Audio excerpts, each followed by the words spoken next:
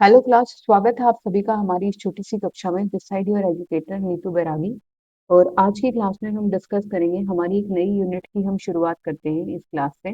That is your auditing. Auditing में हमने जो फर्स्ट पोर्शन है आपका, सबसे पहले तो आपका इसमें सिलेबस क्या होने वाला है भाई। इसका जो सिलेबस है काफी छोटा है। कुछ बच्चे जैसे मुझे मैसेज करते हैं कि they have prepared for UGC net और उनका नेट क्वालिफाइड है। उनके साथ उनकी जो यूनिट होती है अकाउंटिंग एंड ऑडिटिंग की, उसमें उसका ये 20% भी नहीं है। तो प्लीज, अगर आप प्लान कर रहे हैं नेट की तैयारी करने की या किसी और ऐसे एग्जाम की, तो उसमें ये ऑडिटिंग आपके कोई काम नहीं आने वाली है। ये ऑडिटिंग केवल और केवल आपकी हरियाणा स्टाफ सिलेक्शन कमीशन का जो पेपर है सीईटी का, उसमें जो मेंस का पेपर होगा कॉमर्स का, उसमें इससे बाहर क्वेश्चन जाएगा नहीं।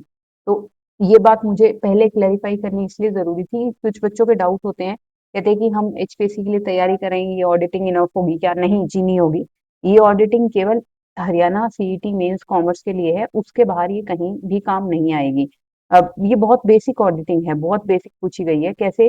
टाइप्स ऑफ ऑडिट पूछा गया है। ये जो बीकॉम वाली ऑडिटिंग होती है ना, वो ऑडिटिंग है बहुत ही बेसिक सी। टाइप्स कितने हैं ऑडिटिंग के? ऑडिट का पर्पस क्या होता है? मेथड्स ऑफ ऑडिट वर्क क्या है? वाउचिंग क्या है? ऑडिट ऑफ लिमिटेड कंपनीज क्या है? इन्वेस्टिगेशन क्या है? इन्वेस्टिगेशन का मीनिंग क्या है? नेचर क्या है? Procedure and objectives. Then investigation and due diligence क्या होता है? और प्रोफेशनल एथिक्स जो ऑडिटिंग में होते हैं वो क्या होते हैं? इसमें ना रिपोर्ट राइटिंग है, ना कोई और ऐसी चीज है जो कि आपकी टेक्निकल नेचर की हो। जैसे ऑडिट रिपोर्ट्स होती है, रिपोर्ट राइटिंग्स होती हैं, वो चीजें इसमें नहीं शामिल की गई हैं, ना ही मैंने इसमें इंक्लूड की हैं। तो इसीलिए मैं आपको पहले ही क्लेरिफाई कर दूं कि ये जो आपका सिलेबस है, अगर पेपर आपका हरियाणा सीईटी कॉमर्स का स्टिक टू द सिलेबस आता है, तो इससे बाहर आपका पेपर कहीं नहीं जाएगा। यूं पढ़ने की कोई लिमिट नहीं है, कितना ही पढ़ लो। वैसे तो चाहे अगर आप ये सोचेंगे ऑडिट में ये भी पढ़ लें वो भी पढ़ लें, तो यूजीसी नेट की जो ऑडिटिंग है वो भी कम पड़ेगी। सिलेबस के अनुसार ये बहुत ज्यादा है, बहुत ज्यादा है जो मैंने करवाना है आपको इन लेक्चर्स में। तो पीडीएफ नहीं मिलेगी। पहले ही मैं आपको बता दूं कि मेरे कुछ टारगेट्स हैं। जब तक मेरी चैनल की रीच, कुछ मेरा थ्रेशोल्ड है वहां तक नहीं पहुंच जाती, तब तक आपको पीडीएफ नहीं मिलेगी। उसके बाद पीडीएफ आई प्रॉमिस यू कि फ्री ऑफ कॉस्ट आपको मिल जाएगी। मेरे व्हाट्सएप नंबर पे मैसेज कर देना आप, जिससे मेरे चैनल के सब्सक्राइबर्स 1000 प्लस हो जाएं उस टाइम। क्योंकि मेरा कंटेंट कॉपी हो रहा है, विच आई हेटेड द मोस्ट। तो इसीलिए मैंने पीडीएफ जो है वो प्रोवाइड करवानी बंद कर दी है। आपको कंटेंट देखना है, आप मोस्ट वेलकम है। आप कितनी भी बार देखिए, आप अपने पर्सनल नोट्स बनाइए और आप उससे तैयारी बिल्कुल आसानी से कर सकते हैं। तो पीडीएफ के लिए आप प्लीज मत बोलना। शुरुआत करते हैं हमारे नए लेक्चर की ऑडिटिंग के इंट्रोडक्शन के साथ कि ऑडिटिंग होती क्या है। तो क्या होती है, ये मैटर क्यों रखती है, और रियल वर्ल्ड इसका इम्पैक्ट क्या है। हिंदी से शुरुआत करते हैं क्योंकि इंग्लिश में बहुत सारे बच्चों को दिक्कत आती है। तो हिंदी में ऑडिटिंग ऑडिटिंग जो होती है, ये इंग्लिश में इसलिए लिखा गया है क्योंकि कुछ बच्चों को हिंदी से दिक्कत है, कुछ बच्चों को इंग्लिश से दिक्कत है। क्योंकि पेपर हमारा डेडिकेटेड है, हमारा जो ये लेक्चर है ये डेडिकेटेड है सिर्फ कॉमर्स के, सीईटी वाले कॉमर्स के लिए। तो मुझे ज्यादा ठीक ये लगता है हिंदी में पढ़ाना, क्योंकि बच्चे मोस्टली जो है वो हिंदी बैकग्राउंड वाले यहाँ पे हैं।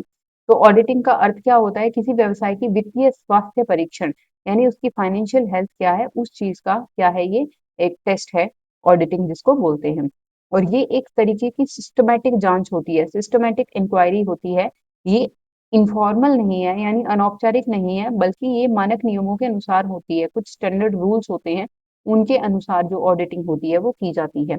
ये स्वयंतर कार्य होता है, यानी कंटिन्यूअस कंटिन्यूअस कार्य होता है।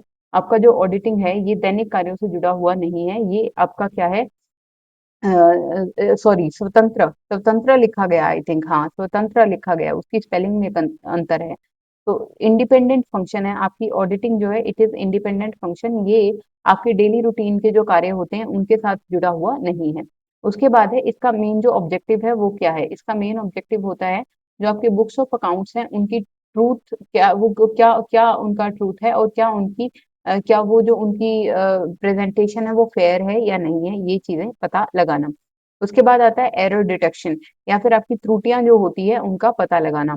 अनजाने में हुई गलतियों को पकड़ा जाता है ऑडिटिंग में। केवल पकड़ना है, सजा नहीं देनी है। क्यों नहीं देनी है वो मैं आपको आगे बताऊंगी। उसके बाद आपका आता है कि धोखाधड़ी की रोकथाम। धोखाधड़ी को क्या बोलेंगे? धोखाधड़ी को आप बोलेंगे कि फ्रॉड जो होता है उसको प्रिवेंट करता है। कैसे प्रिवेंट करेंगे हम?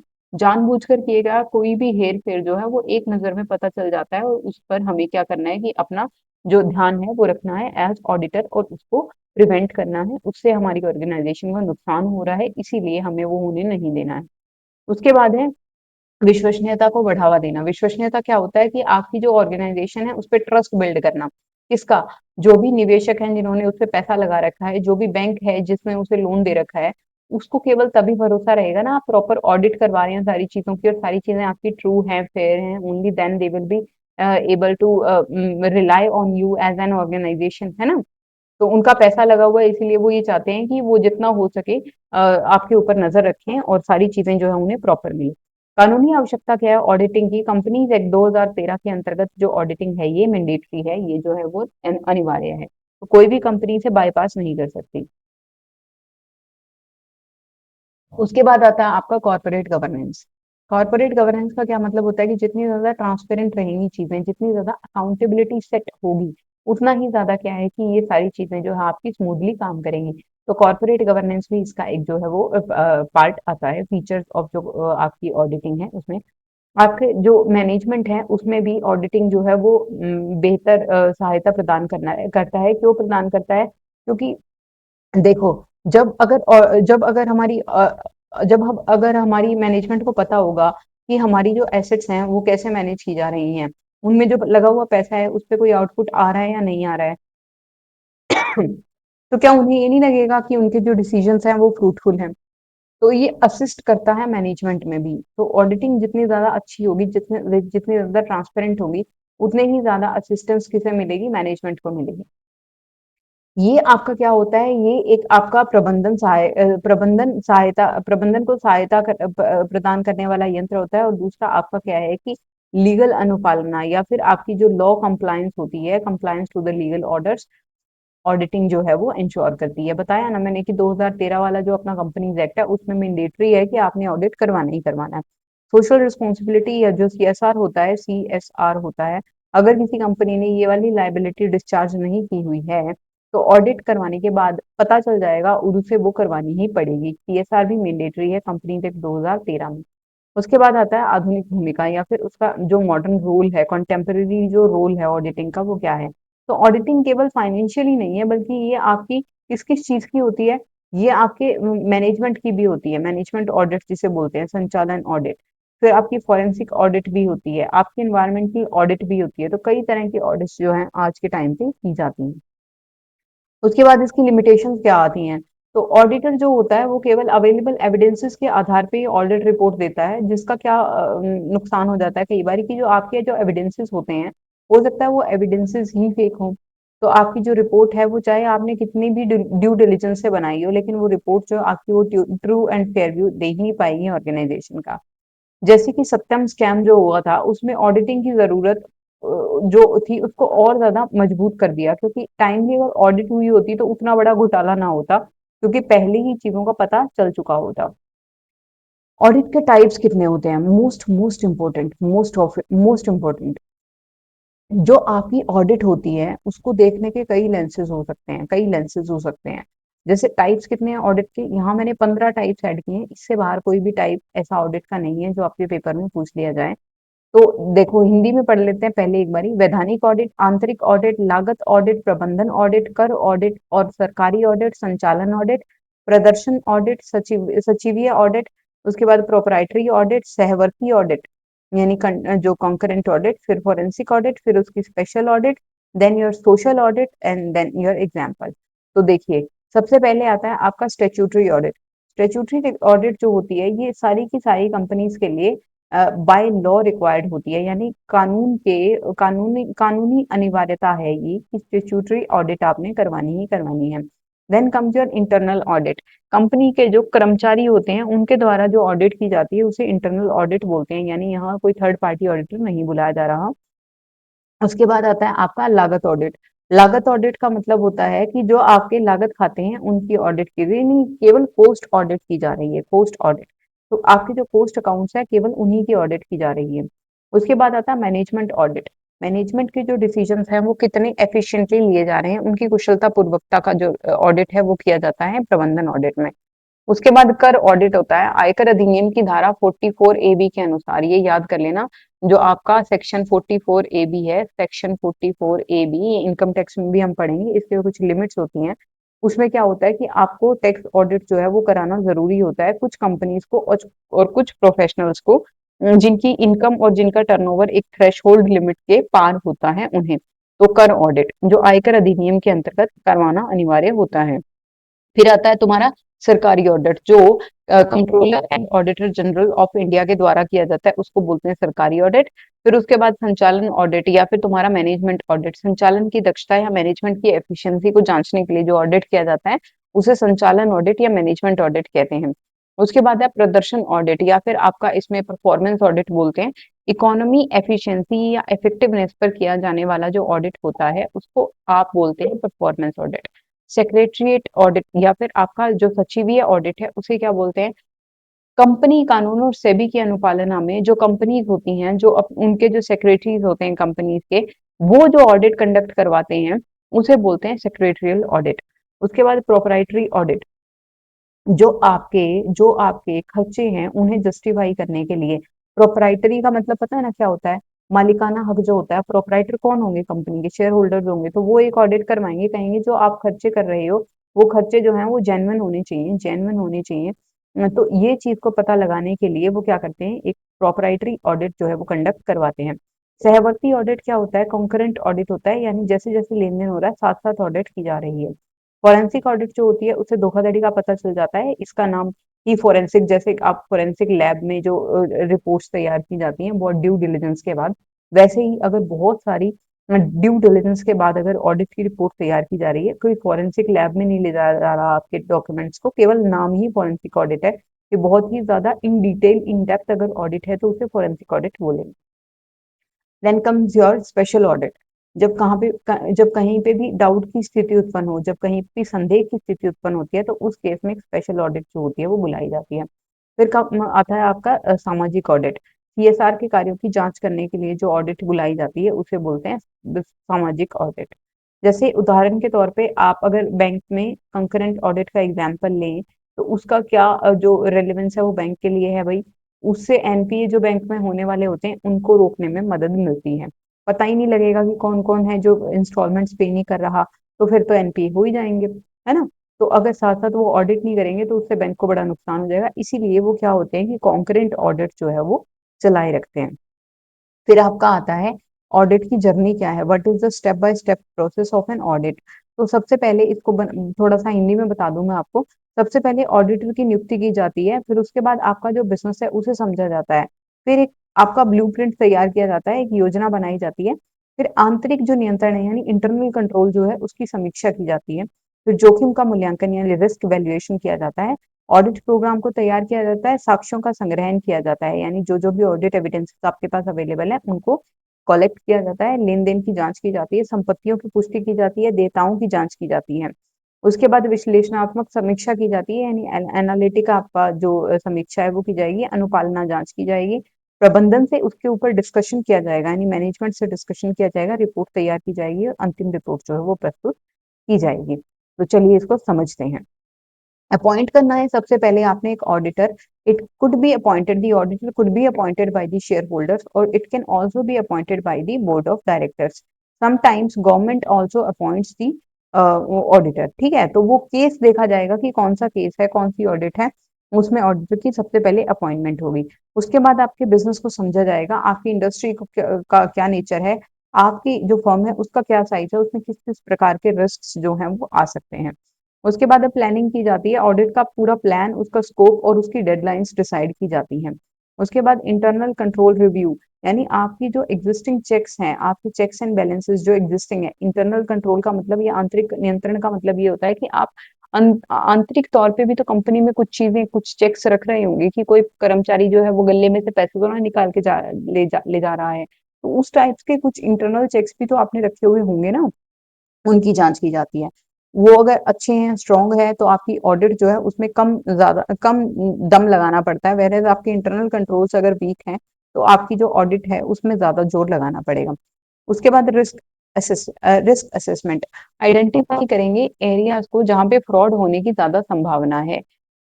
उसके बाद आप करेंगे जो आपका ऑडिट प्रोग्राम है उसको बनाने का काम, यानी एक चेकलिस्ट बनाएंगे कि ये काम हमने ऑडिट में करने हैं, वो चेकलिस्ट बनाएंगे, उसे बोलते हैं आप ऑडिट प्रोग्राम। ये कई बार क्वेश्चन आता है कि वो चेकलिस्ट जिसमें सारे के सारे काम डिफाइंड होते हैं उसे क्या बोलते हैं, तो ऑडिट प्रोग्राम बोलते हैं। एमसीक्यू लाइव क्लास में होंगे, लाइव क्लास जरूर ज्वाइन करना, वहां पे हम एमसीक्यूज बिना, इस बार मैंने उत्तर नहीं रखे हैं उनके साथ में, तो जितना ज्यादा एंगेज रहोगे क्लास में उतना ज्यादा आपका बेनिफिट होगा। तो रिकॉर्डेड फॉर्म में मुझे नहीं लगता वो ज्यादा यूजफुल होगी आपके लिए, क्योंकि मैंने उसके आंसर रखे ही नहीं है साथ में, तो आपको सिर्फ क्वेश्चंस मिलेंगे और वो आपको पूरी सुननी पड़ेगी। उससे बेटर ये है कि आप जब लाइव क्लास हो तो मेरे साथ जुड़े। उसके बाद है collection of evidences, vouchers, ledgers और बिल्स जो होते हैं उनको आपने क्या करना है, कलेक्ट करना है ऑडिट करने से पहले। उसके बाद है टेस्ट करना ट्रांजेक्शन्स को, जो भी आपका सैम्पलिंग मेथड आप यूज कर रहे हैं, यानी पूरी की पूरी ट्रांजेक्शन्स तो आप चेक करने बैठेंगे नहीं, एक साल में जितनी हुई है, तो कोई सैम्पलिंग मेथड आपने सिलेक्ट किया ही होगा एज ऑडिटर, उसी मेथड से आपने अपने जो ट्रांजेक्शन्स हैं उनकी टेस्टिंग करनी है। फिर वेरीफाई करना है एसेट्स को। अब दो चीजें आती है ना यहाँ पे, वाउचिंग तो होती है कागजों की और वेरिफिकेशन होती है एसेट्स की। जो आपका कैश रखा है, जो आपका स्टॉक रखा है, जो आपकी प्रॉपर्टी खड़ी है, उसको आप देख सकते हैं, छू सकते हैं, तो उनको आप वेरीफाई भी कर सकते हैं। वेर एज जो चीजें इंटेंजिबल है, जो कागजों में है, उसको आप वाउच कर सकते हैं, वाउचिंग बोलते हैं। उसके बाद आता है कंफर्मेशन ऑफ द लायबिलिटीज, जो आपके क्रेडिटर्स हैं, लोन जो आपके खड़े हैं बुक्स ऑफ अकाउंट्स में, उनसे आप ये पूछेंगे कि आप असल में हमारे लेनदार हैं या नहीं है। कैसे कंफर्म करेंगे, उनसे जाके नहीं पूछेंगे, उनके डॉक्यूमेंट्री एविडेंसेस जो है उनसे कंफर्म करेंगे। उसके बाद है एनालिटिकल रिव्यू, कंपेयर करेंगे रेशो को, ट्रेंड को, ये सारी चीजें। उसके बाद है कंप्लाई करेंगे, हमारा जो टैक्स है, कंप्लायंस चेक का मतलब है कि जो आपका इनकम टैक्स एक्ट है, कंपनीज एक्ट है, जो सेबी के नॉर्म्स है, उन सबसे कंपनी जो है वो कंप्लाई कर रही है या नहीं कर रही है। फिर जो मैनेजमेंट है उसके साथ जो आपका जो अगर कोई क्वेरीज है तो उसे रेज करके उनके साथ डिस्कशन की जाएगी, और जो भी मैटर्स अगर आपकी कोई अराइज होते हैं तो उनके ऊपर क्या है, ये बात की जाएगी, समाधान उनका किया जाएगा। उसके बाद रिपोर्ट ड्राफ्ट की जाती है। अब ये रिपोर्ट क्वालिफाइड भी होती है, अनक्वालिफाइड रिपोर्ट होती है, ये किस टाइप की होती है, ये चीजें आपके सिलेबस में नहीं है, इसीलिए मैंने यहाँ नहीं करवाई है, और इस पे क्वेश्चन भी नहीं आएगा वैसे भी। तो रिपोर्ट जो है वो ड्राफ्ट की जाएगी। उसके बाद है फाइनल ऑडिट रिपोर्ट जो है ये सबमिट की जाएगी किसे, शेयर होल्डर्स को। क्वेश्चन यहाँ से ये बनता है कि जो फाइनल ऑडिट रिपोर्ट है वो किसको सबमिट की जाती है, तो आपकी जो फाइनल ऑडिट रिपोर्ट है वो शेयर होल्डर्स को सबमिट की जाती है। क्यों, शेयर होल्डर्स जो होते हैं वो कंपनी के अल्टीमेट मालिक होते हैं, इसीलिए। उसके बाद एमसीक्यूज, एमसीक्यू नहीं करेंगे भाई, एमसीक्यू नहीं करेंगे, एमसीक्यू करेंगे लाइव क्लास में। यहाँ एमसीक्यू करने का कोई बेनिफिट नहीं मुझे दिखता, क्योंकि आपने फिर वही है ना, प्रैक्टिस तो आपकी होगी नहीं। एमसीक्यूज का मेन पर्पज क्या होता है कि आपकी प्रैक्टिस हो जाए, वो होगी नहीं, तो हमारा उद्देश्य तो पूरा नहीं हो रहा। तो बेटर यही है कि हम कंटेंट कर लेते हैं। तो उसके बाद आता है आपका जो मेथड होता है ऑडिट वर्क का, वो क्या होता है। तो मेथड जो है आपका कंप्लीट या फिर एग्जॉस्टिव चेकिंग भी आप कर सकते हैं। एक बार हिंदी में बता दूं, उसके बाद आपको ये इंग्लिश वाले शब्द जो है ना, देखो, पूर्ण व्यापक जांच यानी पूरी तरह से सभी लेन देन की जांच करना छोटे व्यवसायों के लिए ये उपयुक्त है। आप, संभव है आपके लिए करना, छोटे अगर कोई बिजनेसेस हैं तो उनके सारे लेन देनों की जांच आप कर सकते हैं एज ऑडिटर। टेस्ट चेकिंग का मतलब होता है केवल चुने हुए लेन देन की जांच करना। अगर समय बचता है, अ, अगर हमें समय बचाना है या बिजनेस बहुत बड़ा है, तो उस केस में पूर्ण व्यापक जांच नहीं करेंगे, उस केस में हम करेंगे टेस्ट चेकिंग। फिर सैंपलिंग मेथड भी यूज किया जाता है, जैसे कि आप क्या प्रोबेबल जो सैंपल्स होते हैं वो सैंपल्स निकाल लेंगे, और उसके बेस पे फिर आप वो करेंगे ऑडिटिंग। सरप्राइज चेकिंग भी होती है, बिना कुछ बताए, ऐसे ही अगर कोई एम्बेजलमेंट हो रही है या किसी गड़बड़ी का आपको पता चल रहा है, किसी धोखाधड़ी का, तो ऑडिटर वहां पे आ जाते हैं। सरकारी जो फर्म होती है, जैसे सरकारी बैंक्स हैं, अगर कोई भी, तो उससे क्या होता है, सरप्राइज चेकिंग से भी ऑडिटिंग जो है वो की जाती है। फिर रूटीन चेकिंग जो कंपनी खुद करती है, अपनी अंक गणितीय या फिर मैथमेटिकल जो शुद्धि होती है, या मैथमेटिकल जो एक्यूरेसी होती है, उसका पता लगाने के लिए। बैलेंस शीट ऑडिट का मतलब क्या होता है कि संपत्तियों और देयताओं का विस्तार, यानी लायबिलिटीज और एसेट्स जो होती हैं उनकी जो गहन जांच होती है वो इसमें की जाती है बैलेंस शीट ऑडिट में। आंतरिक नियंत्रण पर निर्भरता, यानी इंटरनल जो आपका कंट्रोल है वो जितना ज्यादा अच्छा होगा, जितना ज्यादा मजबूत होगा, आपकी ऑडिट प्रणाली या आपका ऑडिटर जो होगा उसको आपके ऊपर उतना ही ज्यादा यकीन बढ़ेगा। अदरवाइज वो आपके ऊपर ज्यादा भरोसा नहीं करेगा, वो अपने तरीके से काम करेगा फिर। उसके बाद आता है कंप्यूटर ऑडिट, जिसको ई ऑडिट बोलते हैं। निरंतर ऑडिट यानी कंटिन्यूअस ऑडिट, पूरे वर्ष नियमित अंतराल पे थोड़ी थोड़ी देर बाद चलती रहती है, यानी महीने 2 महीने बाद फिर ऑडिट आ जाती है, तो उसे बोलते हैं कंटिन्यूअस ऑडिट। वर्ष के अंत में जो खातों को बंद करते समय ऑडिट बुलाई जाती है, जो ऑडिट होती है, उसको बोलते हैं आप अंतिम ऑडिट। उसके बाद आती है तुम्हारी उसके बाद आती है तुम्हारी लागत ऑडिट या फिर लागत ऑडिट पद्धति, यानी जो आपकी कॉस्ट शीट होती है उसमें खर्चों की जांच करना, वो होती है तुम्हारी लागत ऑडिट या फिर कॉस्ट ऑडिट। उसके बाद है संचालन या प्रदर्शन पद्धति, यानी मैनेजमेंट की जो ऑडिट होती है कि आपके संसाधनों का उपयोग जो है वो कितना प्रभावी तरीके से हो रहा है, वो कितना इफेक्टिवली हो रहा है, उसको पता लगाने के लिए संचालन ऑडिट या प्रदर्शन ऑडिट या परफॉर्मेंस ऑडिट की जाती है। अनुपालन ऑडिट या कंप्लायंस ऑडिट का मतलब ये होता है कि आपके रूल्स एंड रेगुलेशंस की अनुपालना जो है वो कंपनी कितने अच्छे से कर रही है। फॉरेंसिक ऑडिट क्या होती है? वैज्ञानिक तकनीकी से धोखाधड़ी का पता, अब वैज्ञानिक लैब में ले जाके नहीं, सिस्टमेटिक तरीके से, ठीक है, अगर ऑडिट हो रही है तो उसे फोरेंसिक ऑडिट बोलते हैं। बड़ी कंपनियों में टेस्ट चेकिंग और सैंपलिंग का प्रयोग होता है, क्यों? क्योंकि वहां समय बचाना होता है और अकाउंट्स में ट्रांजेक्शन बहुत सारी होती हैं, तो इसीलिए हमारे लिए संभव नहीं है कि हम एक एक जांच को कंप्लीटली एग्जॉस्टिवली चेक करें। तो first one is your complete और exhaustive checking, second one is test checking in which only selected transaction samples are checked to save time. Then comes your sampling method. Use करता है statistical random samples to ensure the reliability. Then comes your surprise checking. Auditor checks records suddenly without notice, and it is usual to detect the fraud. Then comes your routine checking. Checking arithmetical accuracy of the entries, balances, postings. ठीक है? Then comes your balance sheet audit. Auditor verifies assets, liabilities, provisions in detail. Then comes your internal control reliance. Auditor relies on strong internal control system. If the internal control system is strong, then the auditor will rely more on the organization. Otherwise, vice versa. Then eighth point is auditing through computers or e-auditing. When using a software or digital tool, we verify the data. It is known as the e-audit. Then comes your continuous audit. If the auditor or the company is conducting audit uh, uh, at regular intervals throughout the year, then it is known as the continuous audit. फिर आता है तुम्हारा final audit. The audit which is conducted after preparation of the final accounts is known as the final audit. Cost audit, auditor verify करता है cost sheets को, expenses को and efficiency को. Operational और performance audit examines whether resources are used effectively or not. Compliance method ensure company follow rules and regulation.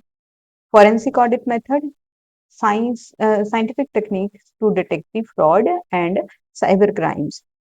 Real life example, in large firms, auditor use test checking or sampling techniques because checking every single transaction is not practical and not possible. Vouching. Vouching is the heart of auditing. क्यों ये auditing का हृदय मानी जाती है? क्यों ये auditing का हृदय मानी जाती है vouching? ये चेक करती है ट्रांजेक्शन्स की ऑथेंटिसिटी। कैसे? जो सपोर्टिंग डॉक्यूमेंट्स हैं ट्रांजैक्शन के, उनकी साथ उसकी जांच करके। कैसे कैसे कैसे? क्या बोला मैंने? ये बोला जो भी सपोर्टिंग डॉक्यूमेंट्स हैं ट्रांजैक्शंस के, क्या क्या होते हैं सपोर्टिंग डॉक्यूमेंट्स? सपोर्टिंग डॉक्यूमेंट्स होते हैं आपके, अगर सेल हुई है तो सेल्स बुक में एंट्री होगी, कैश सेल हुई है तो कैश बुक में एंट्री होगी, क्रेडिट सेल हुई है तो क्रेडिटर्स वाली बुक में भी एंट्री होगी, सेल्स रिटर्न आई है तो सेल्स रिटर्न बुक में एंट्री होगी। तो ये हो गए तुम्हारे सपोर्टिंग डॉक्यूमेंट्स। इन सपोर्टिंग डॉक्यूमेंट्स से ट्रांजैक्शंस को जब चेक किया जाता है मिलाकर, तो उनकी ऑथेंटिसिटी जो है उसे वेरीफाई किया जा सकता है। उस वेरिफिकेशन को बोलते हैं वाउचिंग। मैंने तुम्हें दो चीजें बताई। मैंने तुम्हें बताया एसेट्स जो होती हैं उनकी वेरिफिकेशन होती है, एसेट्स जो होती हैं उनकी वेरिफिकेशन होती है। फिर से सुनो मेरी बात ध्यान से। एसेट्स यानी फिजिकल एसेट्स जो होगी उनकी क्या होगी? वेरिफिकेशन होगी। वेरिफिकेशन क्यों होगी मैम? क्योंकि उनको तुम फिजिकली टच कर सकते हो, उसको फिजिकली टच कर सकते हो, देख सकते हो। वेयर जो सेल्स हो चुकी, जो सेल्स जा चुकी, उसको आप स्टॉक पड़ा है, स्टॉक इज एन एसेट, तो एसेट की तो वेरिफिकेशन होगी। लेकिन जो ट्रांजेक्शन हुई थी स्टॉक को लाने के लिए, वो ट्रांजेक्शन का नाम क्या था? उस ट्रांजेक्शन का नाम था परचेज। तो परचेज तो कोई फिजिकल गुड्स तो है ही नहीं ना, परचेज तो ट्रांजेक्शन है। उस ट्रांजेक्शन को जब आप वेरीफाई करते हैं तो उसको बोलते हैं वाउचिंग। और वाउचिंग कैसे की जाती है? ये डॉक्यूमेंट्री एविडेंसेस की सहायता से की जाती है। ट्रांजैक्शंस को मैच किया जाता है डॉक्यूमेंट्री एविडेंसेस के साथ, इसीलिए it is known as the heart of auditing. इसके बिना ऑडिटिंग जो है वो इनकम्प्लीट है। जो डेफिनेशन है इसकी, ये पढ़ो, डेफिनेशन पढ़ो, पहले हिंदी में पढ़ो फिर इंग्लिश में पढ़ना। हिंदी पूरी है ना? हाँ जी। वाउचिंग का अर्थ होता है पुस्तकों में दर्ज प्रविष्टियों का प्रमाण पत्र बिल रसीदों से जांच करना। मतलब वाउचिंग, वाउचिंग मीन्स जो आपकी जनरल एंट्रीज हैं in the books of accounts, उनको, उनके जो प्रमाण पत्र हैं, उनके सर्टिफिकेट्स हैं, बिल्स हैं, रिसीट्स हैं, उनसे मिला मिलाकर जांच करना। Then what is the objective? जो आपकी ट्रांजैक्शंस होती हैं, जो आपके लेन देन होते हैं, उनकी ट्रूथ एंड ट्रूथफुलनेस एंड उनकी फेयरनेस, उनकी ऑथेंटिसिटी को क्या करना? सुनिश्चित करना। महत्व क्या है? इसे ऑडिटिंग की रीढ़ कहा जाता है, इसे ऑडिटिंग की रीढ़ कहा जाता है, हृदय कहा जाता है, लाइफ ब्लड कहा जाता है। तो ये बहुत ज्यादा महत्वपूर्ण है। क्या? वाउचिंग। आंतरिक प्रमाण, संगठन द्वारा बनाए गए दस्तावेज जैसे कि कैश मीमो यहाँ पे हो सकते हैं यूज। आंतरिक या जो बाहरी प्रमाण होते हैं, जैसे कि बाहर से प्राप्त हुआ कोई बैंक स्टेटमेंट है या कोई भी इनवॉइस है, उसको भी आप इसमें यूज कर सकते हैं। उसके बाद है कैश लेन देन जो होते हैं उनकी वाउचिंग, जो है उसके भुगतान की जांच। फिर बैंक से लेन देन जो है वो वहां कहाँ से? पासबुक से। कैश वाला मैंने बताया ना, कैश बुक से होगी उसकी वाउचिंग। और जो आपकी बैंक से अगर कोई लेन देन हुआ है तो बैंक की पासबुक से होगी उसकी जांच। उसके बाद आता है आपका उधारी लेन देन की वाउचिंग, जो आपके इनवॉइसेस होते हैं, डेबिट और क्रेडिट नोट होते हैं, उनसे। बेटा यहाँ से क्वेश्चन पता कैसे बनेंगे? यहाँ से ऐसे बनेंगे, अगर कोई क्रेडिट सेल हुई है या कोई क्रेडिट ट्रांजेक्शन हुई है तो उसकी वाउचिंग कैसे होगी? तो उसकी वाउचिंग होगी जी आपकी कैश बुक से नहीं होगी, इनवॉइसेस से होगी, डेबिट नोट से होगी, in case of your purchase return, और अगर आपका क्रेडिट नोट बनेगा in case of your sales return. आगे करोगे पता चलेंगी चीजें। क्वेश्चन बहुत इजी आएंगे, देखने में बहुत सुंदर और बहुत आसान लगेंगे, लेकिन गलत बहुत होते हैं ऑडिटिंग में। उसके बाद है राजस्व मदों की वाउचिंग। राजस्व मद कौन सी होती है? आपकी कैपिटल जो ट्रांजेक्शन होती हैं उनकी वाउचिंग। जो खरीद होती है, जो वेतन होता है, जो परचेजेस हैं, जो वेजेस हैं, जो सैलरीज हैं, जो रेंट है, वो पे अगर आप कर रहे हैं तो, सॉरी, राजस्व कैपिटल नहीं है, रेवेन्यू होती है। रेवेन्यू आइटम्स जो होती हैं उनकी वाउचिंग। फिर आता है कैपिटल जो आइटम्स होती हैं, जैसे कि आपने भवन खरीदा यानी लैंड एंड बिल्डिंग मशीनरी, उनकी परचेजेस जो होती हैं उनकी वाउचिंग। एम्बेजलमेंट या फिर आपके फ्रॉड जो है उसकी धोखाधड़ी को रोकना। उसके बाद और प्राधिकरण जांच, यानी ये आपका अथॉरिटी या फिर रेगुलेटरी जो जांच होती है वो। उसके बाद है आपकी जो कंप्लीटनेस है अकाउंट्स की, उसको जांचना। उसके बाद इसका एग्जाम्पल है प्रबंधक के हस्ताक्षर बिना नगद भुगतान वाउचर धोखाधड़ी का संकेत है, यानी कि आपका जो मैनेजर है उसका सिग्नेचर नहीं है किस पे? जो आपका कैश पेमेंट का वाउचर था उसके ऊपर। तो इससे क्या पता चलता है कि यहाँ पे कुछ ना कुछ दाल में काला है। इसका क्या निष्कर्ष निकलता है? वाउचिंग के बिना जो ऑडिटिंग है वो आपकी इनकम्प्लीट है। That is why the vouching is known as the heart of auditing. English में पढ़ लो फटाफट। क्या होता है? Vouching is the verification. Vouching is verifying the entries in books of account with supporting evidences. ठीक है, supporting evidences can be your voucher, bill और receipt. Then what is the purpose? Purpose of vouching is to ensure transactions are genuine, authorized, and properly recorded in the books of accounts. Then comes what is the importance? It is the backbone of auditing. Internal evidences could be the cash memo, and the external evidences are supplier invoices or the bank statement. And cash transactions are vouched by checking the cash receipts, and bank transactions are vouched by verifying the passbook. Credit transactions की जो vouching होती है, invoices, credit note और debit notes को check करके की जाती है। रेवेन्यू आइटम्स की जो वाउचिंग होती है, जैसे कि सेल्स है, परचेज है, वेजेस है, कंसर्न बुक्स ऑफ अकाउंट से की जाती है। कैपिटल आइटम्स जैसे कि लैंड, बिल्डिंग, मशीनरी की परचेजेस हैं, इनकी वाउचिंग इनकी कंसर्न बुक्स से की जाती है। फ्रॉड की प्रिवेंशन या डिटेक्शन जो होता है, जो फेक बिल होते हैं या फिक्टिशियस एंट्रीज होती हैं, उनसे की जाती है। अथॉरिटी चेक्स जो होते हैं ये इंश्योर करते हैं transactions are authorised by the responsible person, which means if you have made a cash payment then your voucher must be signed by the manager. ठीक है, तो ये होता है आपका compliance checks.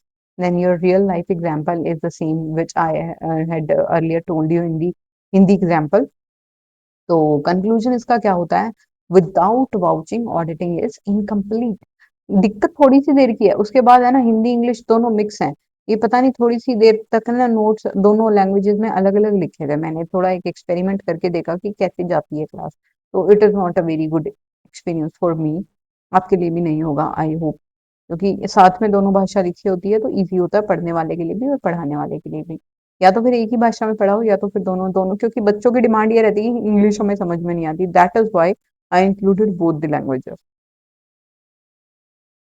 उसके बाद तुम्हारा ऑडिट है of the limited companies. Limited companies का जो ऑडिट, लिमिटेड कंपनी का मतलब तो समझते हो ना, company which is limited by share और which is limited by the guarantees limited company, है ना।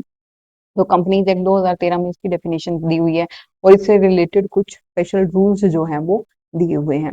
जैसे कि इसके लिए एक तो तुम्हारी जो जितनी भी लिमिटेड कंपनीज होंगी उनका जो ऑडिट है it is mandatory, all the limited companies must be audited annually, हर साल उनको ऑडिट करवाना ही करवाना है। और उनको जो अपॉइंटमेंट है ऑडिटर की वो करवानी ही करवानी है हर एजीएम में। कौन सा सेक्शन कहता है?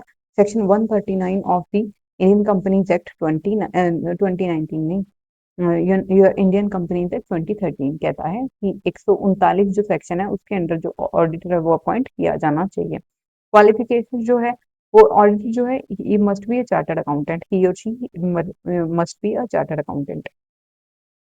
उसके बाद है तुम्हारा फर्स्ट ऑडिटर जो होता है वो 30 डेज, जब आपकी कंपनी इनकॉर्पोरेट हुई है उसके विद इन 30 डेज क्या है आपने अपॉइंट करना है। यहाँ से 30 दिन वाला क्वेश्चन बनता है कि कितने दिनों में ऑडिटर अपॉइंट करना होता है। टेन्योर जो होता है, ऑडिटर अपॉइंट किया जाता है 5 साल के लिए। और ये जो सब्जेक्ट टू रोटेशन का मतलब होता है कि 5 साल में चेंज होता रहता है। उसके बाद है रिमूवल जो है ऑडिटर का, रिमूवल जो है ऑडिटर का ये स्पेशल रेजोल्यूशन से और गवर्नमेंट अप्रूवल के बाद ही हो सकता है, ऐसे ही नहीं हो सकता। ये 5 साल, ये ना 5 साल तक हर एजीएम में इसे रोटेट कर दिया जाता है, इसे रीअपॉइंट कर दिया जाता है। ड्यूटीज जो है ऑडिटर की क्या होती हैं, ये रिपोर्ट करेगा ऑन ट्रू एंड, ये रिपोर्ट करेगा on true and fair view of the financial statement. इसकी क्या ड्यूटी होती है, इसका क्या कर्तव्य है कि जो ट्रू एंड फेयर व्यू है फाइनेंशियल पोजीशंस का, इसकी रिपोर्टिंग रिपोर्टिंग जो किसको देगा, शेयर होल्डर्स को देगा, क्योंकि अल्टीमेट मालिक तो वही है ना।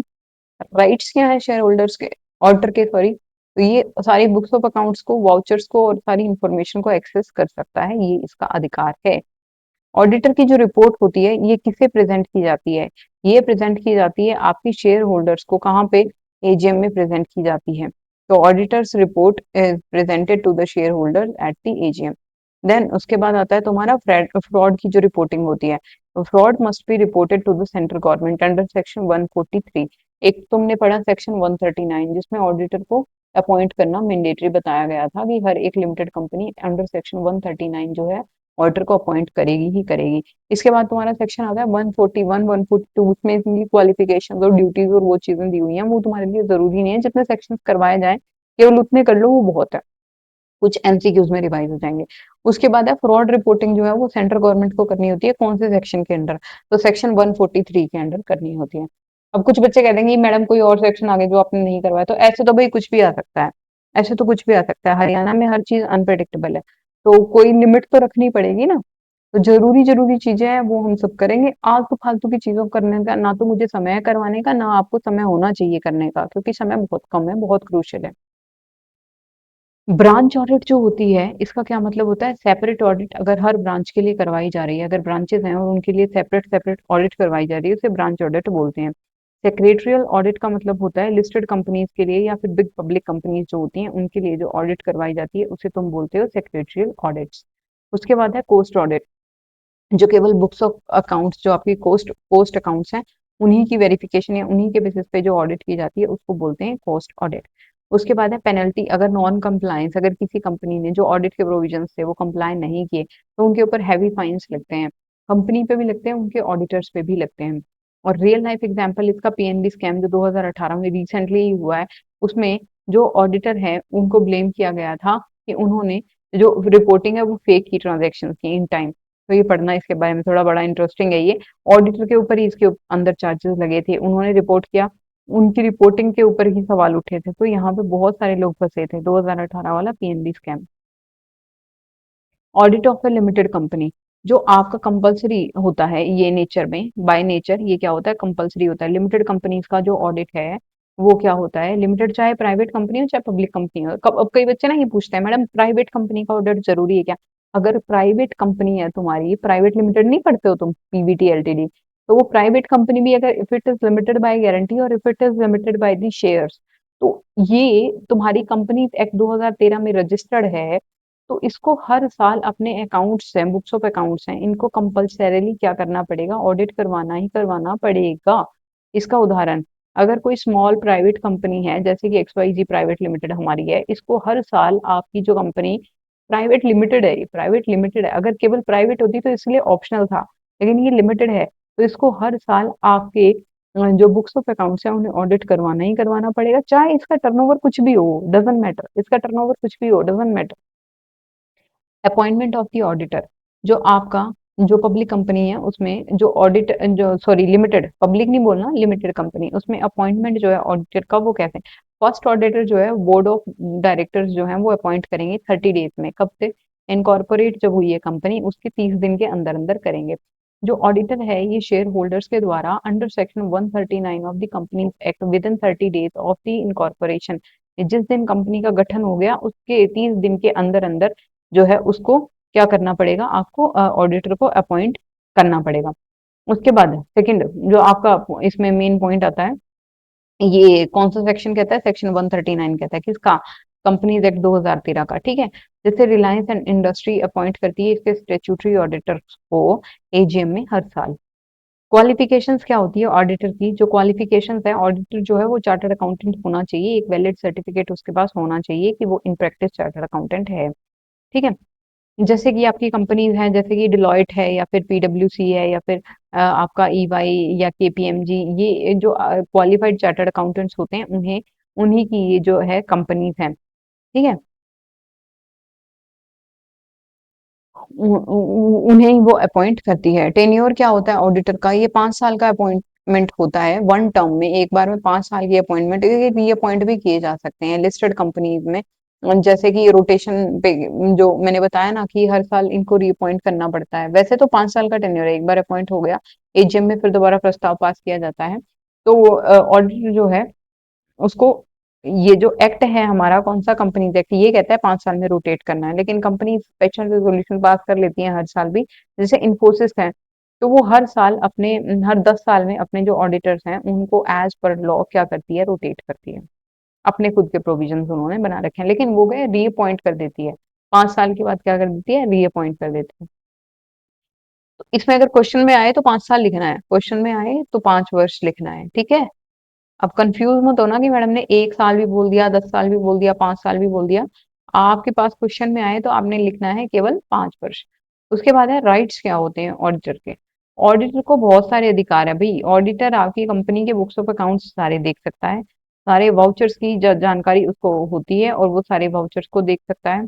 आपकी बुक्स ऑफ अकाउंट्स में अगर कोई उसको कमी दिख रही है तो आपसे सवाल भी पूछ सकता है। तो आपके जो ऑडिटर होते हैं उसके क्या क्या राइट्स होते हैं, देखो, सारी बुक्स ऑफ अकाउंट्स, वाउचर, दस्तावेज और सारी जानकारी को देखने का उसको अधिकार होता है। ड्यूटीज क्या है, अब कुछ राइट्स हैं तो कुछ ड्यूटीज भी होंगी। इसको इंश्योर करना, ही शुड मेक श्योर कि द कंपनी के books of accounts are presenting a fair and true view of the financial position and performance of the company.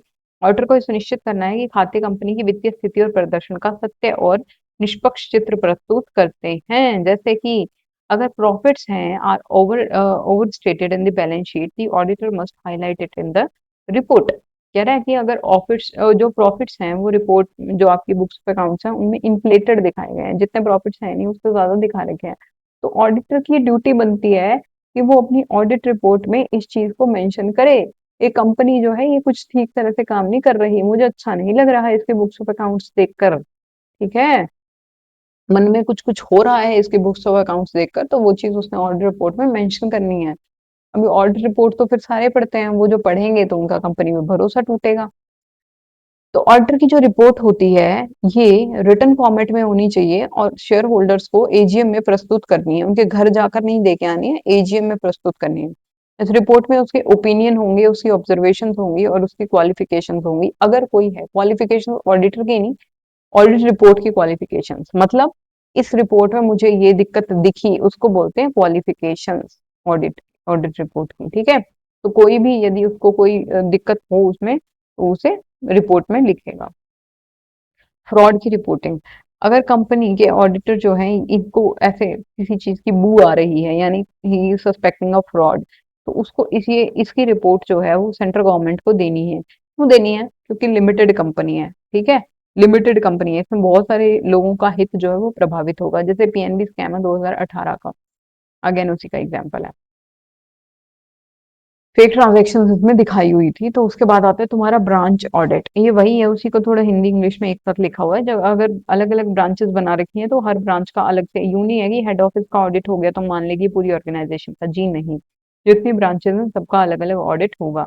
Cost audit, जो आपकी जैसे कोई अगर इंडस्ट्री शुगर की, सीमेंट की, फार्मा इंडस्ट्री या पावर इंडस्ट्री अगर हम लें, तो उनकी कॉस्ट ऑडिट है, उनमें जो कॉस्ट लग रही है वो जेन्युइन लग रही है या नहीं लग रही है। ऐसी तो नहीं है कि औने पौने दामों पे चीजें लाके और ज्यादा की दिखाई जा रही है अपने प्रॉफिट्स को कम दिखाने के लिए, टैक्सेस को कम दिखाने के लिए। तो ये होती है कॉस्ट ऑडिट। सेक्रेटरियल ऑडिट होती है, सूचीबद्ध और बड़ी सार्वजनिक कंपनियों को सचिवीय ऑडिट कराना अनिवार्य होता है, यानी आपकी लिस्टेड और लार्ज साइज पब्लिक कंपनीज जो होती हैं उनको सेक्रेटरियल ऑडिट जो है, it must be done by these companies by the company secretary to check the legal compliances of these companies।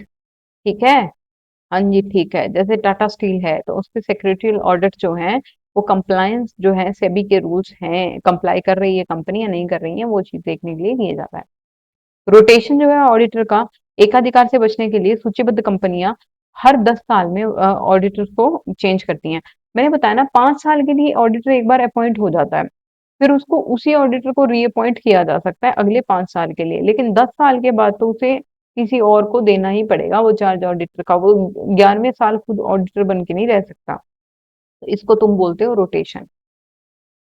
उसको बोलते हैं, आईसीआईसीआई बैंक जो है ये चेंज कर रहा है auditor, change it's auditors in 2020 after completing maximum term. 10 साल के लिए उन्होंने ऑडिटर्स अपॉइंट किए और उसके बाद उन्होंने रोटेट कर दिए, यानी सब ऑडिटर्स को चेंज, वो किसी और बैंक में चले गए होंगे। रेम्यूनरेशन जो है ऑडिटर का, ये कहाँ डिसाइड किया जाता है? शेयर होल्डर्स डिसाइड करते हैं। कहाँ? एजीएम में। ये भी क्वेश्चन बनता है कि रेम्यूनरेशन जो ऑडिटर का वो कौन डिसाइड करता है? शेयर होल्डर्स डिसाइड करते हैं। कहाँ? एजीएम में। बाय दी बोर्ड भी किया जा सकता है अगर फर्स्ट ऑडिटर जो है वो, कंपनी अभी बनी बनी है नई, तो एजीएम होने नहीं लगी, बोर्ड ने ऑडिटर अपॉइंट करा है। या फिर ये हो सकता है कि इन अगर जो फर्स्ट ऑडिटर है वो खुद बोर्ड ने ही डिसाइड किया है, शेयर होल्डर्स ने अपॉइंट ही नहीं किया था। इसकी अपॉइंटमेंट के कुछ कंडीशंस होते हैं कि इतने दिनों में शेयर होल्डर्स को जो है वो अपॉइंट करना है, नहीं किया उन्होंने तो फिर जो बोर्ड ऑफ डायरेक्टर्स हैं वो फिर शेयर होल्डर्स को अपॉइंट कर देता है इतने दिनों के अंदर अंदर। ऐसी कुछ कंडीशंस होती हैं। तो अगर पहला ऑडिटर है उसे बोर्ड ने अपॉइंट किया है तब तो क्या होगा कि उसका जो रेम्यूनरेशन है वो बोर्ड डिसाइड करेगा। अदरवाइज नॉर्मल केसेस में जो रेम्यूनरेशन है ऑडिटर का वो एजीएम में शेयर होल्डर्स डिसाइड करते हैं। रिमूवल ऑर्डर का किसके द्वारा किया जाता है? जो रिमूवल होता है वो केवल स्पेशल रेजोल्यूशन के द्वारा और गवर्नमेंट, कौन सी गवर्नमेंट? सेंट्रल गवर्नमेंट की अप्रूवल के बाद ही किया। ऐसे नहीं हटा सकते कि ये ऑर्डर अच्छा नहीं लग रहा है इसको हटा दें, ऐसे नहीं हटा सकते। सेंट्रल गवर्नमेंट की अप्रूवल भी चाहिए और स्पेशल रेजोल्यूशन भी, रीजंस भी बताने पड़ते हैं कि भाई साहब क्या दर्द हो रहा है तुमको, अगर ये पर्सन तुम्हारी कंपनी को ऑडिट करने आ रहा है तो। Penalties for non-compliance, very high penalties are imposed in case of the non-compliance of the audit provisions that are mentioned in the Companies Act 2013। Ministry of corporate affairs जो है ये penalise करती है, और इन्हें पेनलाइज किया है सेवरल कंपनीज को जिन्होंने ऑडिट की जो रिपोर्ट प्रोविजंस हैं वो नहीं पूरे किए थे, उनके ऊपर भारी जुर्माना और दंड लगाया जाता है। ये समरी है भाई, ये समरी है। उसके बाद आते हैं फिर से तुम्हारे प्रश्न, प्रश्न जो हम करेंगे नहीं, जो हम करेंगे नहीं, तो ये प्रश्न तुम्हारे किए जाएंगे लाइव क्लास में, ठीक है, जिस भी दिन होगी आपको बता दिया जाएगा। एक बार सिलेबस देख लो फिर से। ऑडिटिंग का introduction, types of audit, audit process, method of audit work, vouching, auditing of limited companies, अब आपका आएगा इन्वेस्टिगेशन। तो ये आधा सिलेबस हम एक क्लास में कर चुके हैं और ये एक्चुअली इतना ही है। मैंने बहुत बड़े लेवल की तैयारियां करी हुई है और पेपर भी दिए हुए हैं, तो लेकिन वो वाली चीज आपके किसी काम की नहीं है। I have qualified several assistant professor exams, UGC NET exam as well, तो वो चीजें वहां काम की हैं, वो यहाँ काम की नहीं है। आपको केवल मैं वही चीजें करवाऊंगी। अब मैं यहाँ ऑडिट 50 घंटे नहीं पढ़ाने बैठ सकती ना, 50 lectures we can not afford for a single unit जिसमें से एक या दो क्वेश्चन आने हैं। उन पेपर में वेटेज ज़्यादा होती है इसकी, इसीलिए वहाँ पे ये जो पेपर है वो ज़्यादा मायने रखता है। यहाँ तुमसे क्वेश्चन ही 2 आने हैं, हमने क्वेश्चन प 500 प्रैक्टिस कर लेने हैं, तो उन 500 क्वेश्चंस में से आराम से आ जाएगा। इसीलिए समझो, समय की जो नज़ाकत है उसे भी समझो, अपने समय की भी और मेरे समय की भी। तो इस लेक्चर में फिलहाल इतना ही। मिलते हैं आपको अगले लेक्चर में, और जिसमें हम ऑडिट के जो कॉन्सेप्ट्स हैं उसको कोशिश करूंगी कवर कर दूं, कंप्लीट कर दूं। और उसके बाद मिलते हैं आपको लाइव क्लास में, जिसमें मैं आपको करवा दूंगी सारे के सारे एमसीक्यूज। फिर तुम्हारी 3-4 क्लासेस में ऑडिटिंग भी कंप्लीट, और फिर हम ना अच्छी अच्छी यूनिट शुरू करेंगे। अच्छी ये भी है क्योंकि वेटेज तो जो आपके सिलेबस में दे दी गई उन सभी यूनिट्स की इक्वल है। हो सकता है क्या पता ऑडिट से ही 4 क्वेश्चन दे दे सामने वाला, हो सकता है। क्या पता इनकम टैक्स से एक भी ना दे, लेकिन बच्चों को ज्यादा वो हो रहा है कि इनकम टैक्स शुरू करवा दो, फाइनेंस मैनेजमेंट शुरू करवा दो, अकाउंट शुरू करवा दो, तो उन चीजों में भाई टाइम लगेगा। वो एक एक यूनिट आपके 15-15 दिन लेगी। उससे पहले आप छोटी छोटी यूनिट्स कर लो, ताकि आपको ये हो जाए कि हमने, क्योंकि नंबर ऑफ यूनिट्स जो है वो रिड्यूस होता दिखेगा तो आपको एक सेंस ऑफ अचीवमेंट मिलेगा। पीडीएफ आपको नहीं मिलेगा। पीडीएफ आपको कब मिलेगा? जब मेरे 1000 सब्सक्राइबर्स पूरे हो जाएंगे, क्योंकि मुझे आपसे कुछ नहीं चाहिए, लेकिन जो मेहनत मैंने की है वो आपको भी दिखाई दे रही है। और उसके लिए मुझे कहीं ना कहीं से तो कोई रेवेन्यू अगर मिलेगा तो उससे I will be feeling motivated. No, it is not only about the revenue. Revenue I am very well satisfied, मेरे पास है। और यूट्यूब मुझे ऐसा कुछ दे भी नहीं देगा कि जिससे मुझे बहुत ज्यादा कमाई हो जाए, ये चीज मुझे पता है। लेकिन दूसरी चीज क्या है कि फ्री में दिए हुए कंटेंट की वैल्यू बिल्कुल नहीं है, ये चीज मैंने देख ली। तो इसीलिए मैंने अब से पीडीएफ प्रोवाइड करवानी करवा दी है बंद। और कब मिलेगी पीडीएफ? जब आप सब लोगों को ये पता चल जाएगा कि जो नोट्स आप चोरी किए हुए किसी के पढ़ रहे हैं, वो नोट्स एक्चुअली किसके हैं। ठीक है? उस दिन आपको ये पीडीएफ, तो कम से कम 1000-1500 बच्चे मेरे साथ जुड़े हों, और कोई थर्ड पर्सन मेरे नोट्स को चोरी करके खुद के नोट्स बना के बेच रहा है, तो वो कम से कम उनसे बच्चे को पता तो हो कि ये नोट्स तो जी आपके नहीं है, ये नीतू मैडम के नोट्स हैं, और कृपा करके ऐसा काम आप ना करें, ऐसा पाप ना करिए। तो इसीलिए मैंने आपको क्या है कि नोट्स प्रोवाइड करवाने कर दिए बंद। जिस दिन मुझे लगेगा कि आज नोट्स दे देने चाहिए, उस दिन आपको नोट्स मिल जाएंगे। अपने हैंड रिटन नोट्स बना लो। और हाँ, ये मैं अगेन आपसे प्रॉमिस करती हूँ कि मेरे चैनल पे आपसे, हरियाणा सीईटी कॉमर्स वाले बच्चों से कभी कोई फीस नहीं ली जाएगी। कभी कोई फीस नहीं ली जाएगी। जब मेरे टारगेट्स जो हैं वो पूरे हो जाएंगे, आपको फ्री ऑफ कॉस्ट कंटेंट, क्योंकि इतनी वीडियोस रिकॉर्ड करने में भाई दम लगता है, काफी समय लगता है। मैं आपको ये वीडियोस अगर फ्री में प्रोवाइड करवा रही हूँ ना, तो यकीन करिए आपको कंटेंट भी फ्री में मिलेगा, पीडीएफ भी फ्री में मिलेंगी, लेकिन उसके लिए आपको मुझे सपोर्ट करना पड़ेगा। करेंगे तो आपका बेनिफिट है, नहीं करेंगे तो फिर जैसी चीजें चल रही हैं वैसी तो चलेंगी ही, है ना? तो धन्यवाद आप सभी का यहाँ तक बने रहने के लिए, मेरी इतनी सारी बातें सुनने के लिए। मिलते हैं आपको अगली कक्षा में, तब तक के लिए see you, take care, God bless you. आपकी तैयारी में 4 चांद लगाने के लिए हमारे जो मेहनत है वो आपको फ्रूटफुल लग रही होगी, और उसके लिए आप अच्छा अच्छा कमेंट कमेंट सेक्शन में कर देना, वीडियो को लाइक कर देना, चैनल को सब्सक्राइब कर देना। बस इतनी ही गुजारिश है कि सपोर्ट करना, उससे आपका भी भला हो जाएगा और किसी थर्ड पर्सन का भी हो जाएगा। ठीक है? Okay madam, bye bye. मिलते हैं अगली क्लास में।